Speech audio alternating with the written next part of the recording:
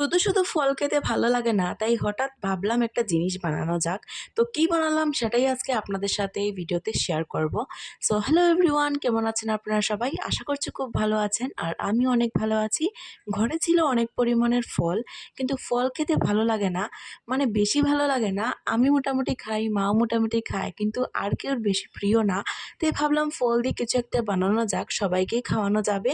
তো এখানে আমি কমলা নিয়ে নিলাম, তার মধ্যে অল্প পরিমাণের চিনি আর দুধ দিয়ে আমি গ্রাইন্ডার মেশিনে পেস্ট করে কিছুটা বানিয়ে নিলাম জুস, কমলার জুস। সেটা ছিল মিষ্টি জুস, কারণ টক খেতে কেউই পছন্দ করেন না। আমি একা পছন্দ করলে তো হবে না, সবারই পছন্দ করতে হবে, তাই আমি মিষ্টি জুসই বানিয়ে ফেললাম। তারপর সেটা খাওয়া দাওয়া কমপ্লিট করে এখানে দেখতেই পাচ্ছেন কালারটা কত সুন্দর হয়েছে, কিন্তু আরও তো ফল রয়ে গেছিলো, সেটা দিয়ে আর জুস বানাবো না, কারণ কমলার জুসটা তেমন একটা ভালো হয়নি, মোটামুটি হয়েছে। তো এখানে দেখতেই পাচ্ছেন আরও যেহেতু অনেকটাই ফল ছিল, তো সবগুলোই আমি কুচি কুচি করে কেটে ফেলছিলাম, কারণ সেটা দিয়ে আমি আরেকটা জিনিস ট্রাই করব।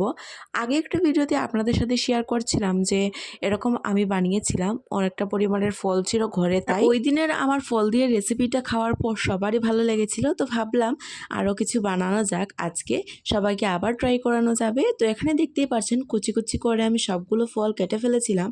তো সেখানের মধ্যে আমি দিয়েছিলাম চিনি, এভরিডে দুধ আর গরুর দুধ, সব কিছু দিয়ে আমি ভালো করে কিছু মিশিয়ে নিলাম, তারপরেই রেডি হয়ে গেল। কিন্তু এটা একবার আপনারাও ট্রাই করে দেখবেন।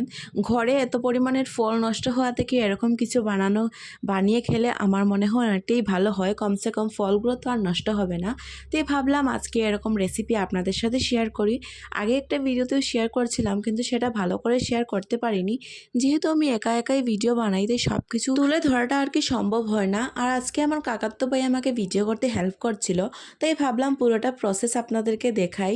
আর এখানে যে আমি গরুর দুধটা দিচ্ছিলাম, তো সেটা আপনাদের সাথে শেয়ার করা হয়নি, কারণ তখন আমি ঘরে চলে গেছিলাম আর ঘরে ছিল না কারেন্ট, আর ভিডিও অন করতেই আমি ভুলে গেছি। এখানে এভরিডে দুধ দিয়েছিলাম, সেটাই শেয়ার করেছিলাম। আর এই যে দেখতেই পাচ্ছেন ফাইনাল আমার রেডি হয়ে গেল। তো আজকে ভিডিওটা এই পর্যন্তই।